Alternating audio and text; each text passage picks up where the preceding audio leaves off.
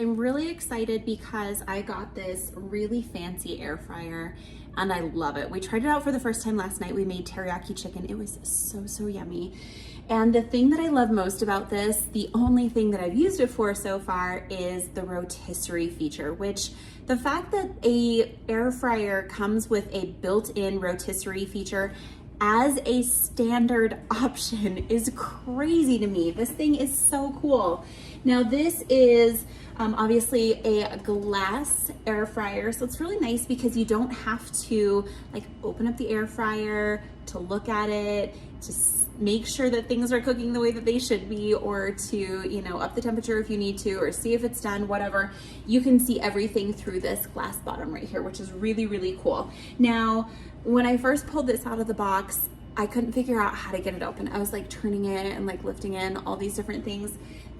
These handles right here are part of the bottom of the unit. The top literally just lifts. You guys, don't make my mistake. It is so easy to just lift it off.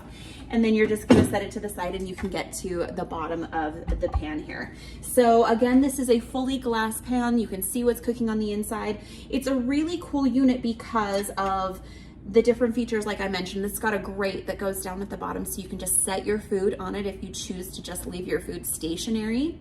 But it also has this really cool basket. So fries can go in here. It's just got kind of like a little clip right there. I had this in my sink, so it's kind of dripping, sorry. But it is part of the rotisserie feature. So these two little units go into the inside of the compartment, the glass compartment, and then it has a separate motor that just spins this thing.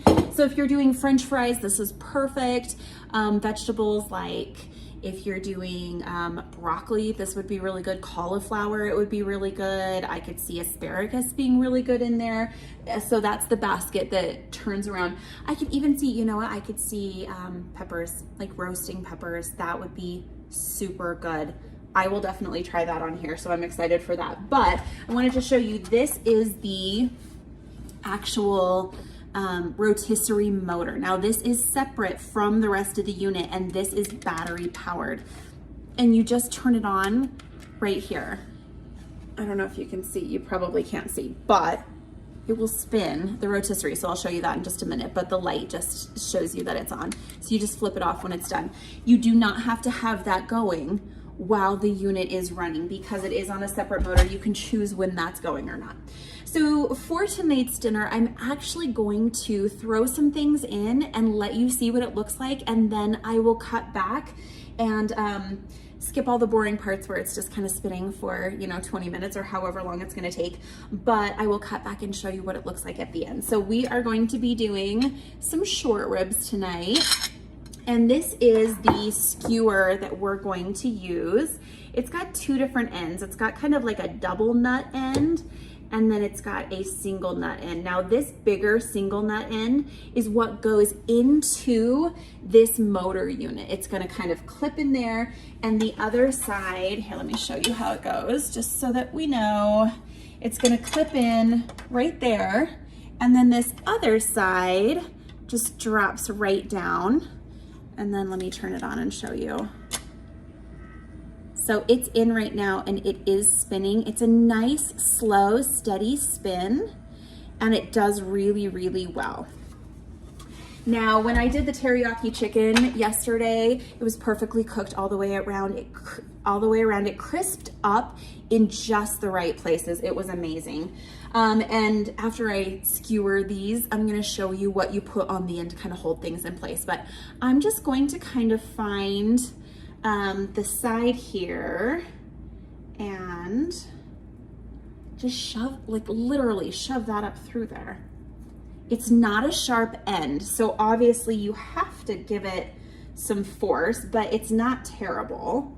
Just make sure you don't stab your hand on the other side, like keep your hand moved and separated here. Okay, let me see how many I can fit. That's 3 pieces so far. I think we're gonna have to stop with 4. I've actually got more than 4 here, but I'm gonna do one more big piece. Now, obviously, if you're not doing them on the skewer, they're gonna fit a lot better, or you'll be able to fit more of them if you're doing them just kind of stationary in the pan. But I really wanna use this rotisserie, so I might do the other ones separate just to see like the difference between how it cooks up in the oven in a cast iron versus how it cooks up with my rotisserie. Now, really quick before I put this in here, I'm just gonna season it with some, if I could do it, McCormick Montreal steak seasoning. It's my go-to for my steak. I really do love it. And then I am also going to drizzle it with some olive oil. You do not need to do that. This is an air fryer, so it's definitely not necessary, but I do like that olive oil flavor, and I also like what it does to the outside, giving it that kind of crispier crust. I like a crispy crust and a rare inside. So this is what it looks like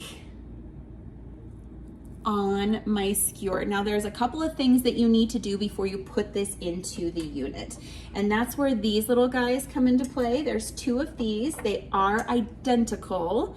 So you're gonna put one on each side. And then there's a little nut, a little, what is this, a wing nut maybe? I don't know.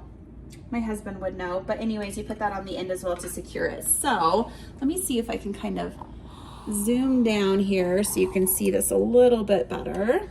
There we go. Okay, so I'm just going to kind of stab this in while making sure that that skewer goes through the top of it. Perfect, right there is what we want. And then we're going to take this nut, and there's a little tiny hole in the back on the flat side, and we're just going to twist that on, and it's gonna catch itself so that this end piece doesn't slide off, and so that this meat stays in place and doesn't hinder it. So you can see there, that nut is through that hole, and it's in between, kind of where that indent is right there, and that's gonna hold it in place. So I'm just gonna kind of push those down on that side and do the same thing on this other side.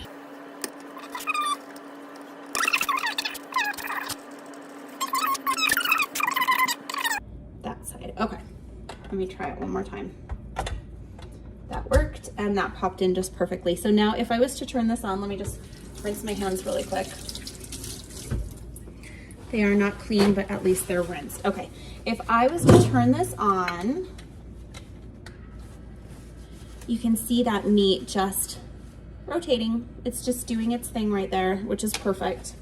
Okay, I'm gonna put this top unit on. Here you've got a lot of different settings, which is really nice because they're pre-programmed. You don't have to kind of figure out what needs to happen with your food. You can just make a selection and it's gonna do its thing. So I'm gonna push start first, and then I'm gonna choose the steak one right here. So once I do that, you can see it says 380 degrees right there, which is what we want. And then it says 20 minutes of time. Now I found out with my teriyaki chicken on the skewer, because I had it so tightly packed onto the skewer, it took a little bit longer than the 20 minutes. So we had to do another, probably half of a round. So it took a total of about 30 minutes, but still it's very fast and it does a wonderful job. So I don't mind that. But definitely check your meat for the temperature, which I'll use a digital thermometer for that.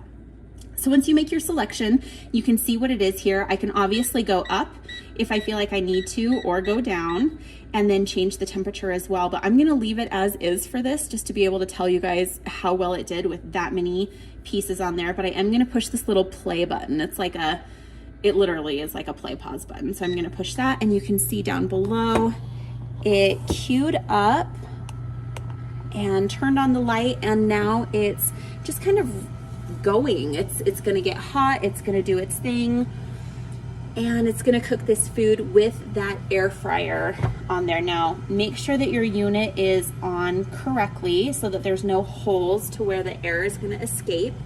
And yeah, just come back as soon as that timer is up and it stops doing its thing. Of course, it's gonna continue to rotate the whole time as well, but I will come back and show you guys what it looks like when it's all done, and we will cut into it and see how it does.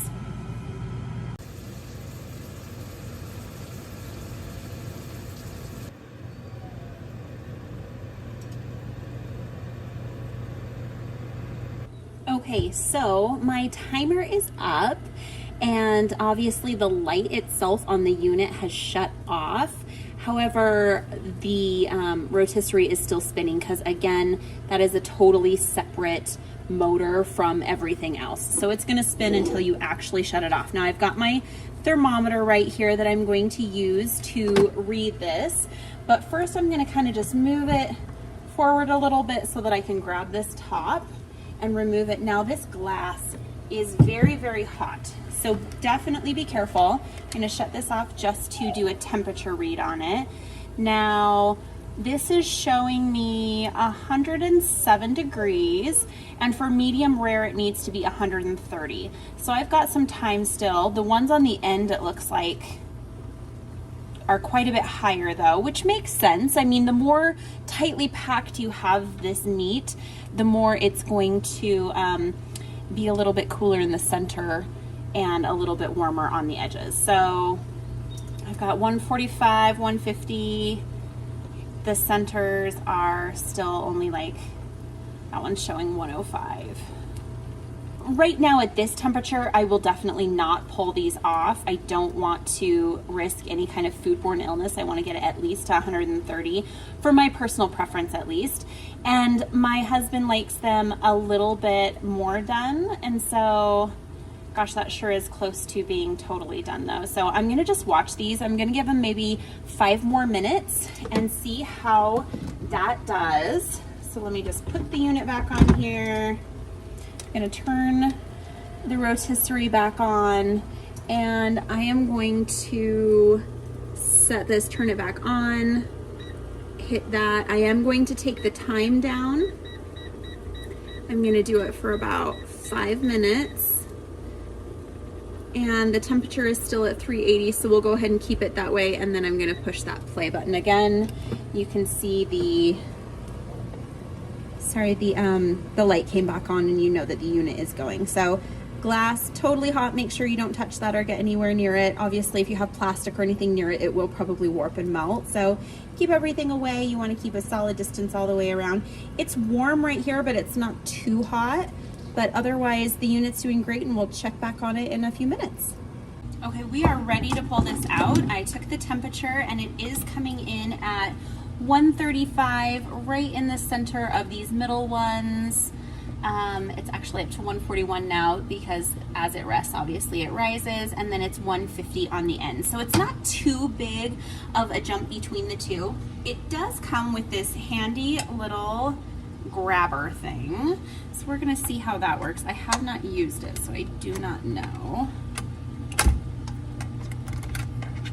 Okay. Oh, that's very, very easy actually. So really it's just, I grabbed inside of each of those side pieces, and that was it. All right, let me put this unit back together. I'll kind of scoot it back a little bit so you guys can get a good look at how this finished up. The outside of everything cooked evenly. I don't have burnt spots in some areas and not burnt in other areas. But let's grab a knife and let's cut it open and see what it looks like. All right, so I'm just gonna take a little piece off of this end. And again, these are short ribs, so you can see just how fantastic that looks. That nice crispy outside, still steaming from how hot it is, and then that nice light pink inside. This was from the end piece, so it did get a little bit hotter than the rest of it. So keeping that in mind, these center pieces are going to be a little bit more rare. So if you have family members that like it a little bit more well done, their pieces would obviously be these outside pieces. So hopefully that was a helpful review. All in all, I'm really excited about this air fryer. I think it's going to be awesome. I've loved what I've made in it so far. This is a really fun unit. My kids think it's super futuristic, which is really fun, and we've really enjoyed what's come out of it. So if that was helpful, definitely follow me for more.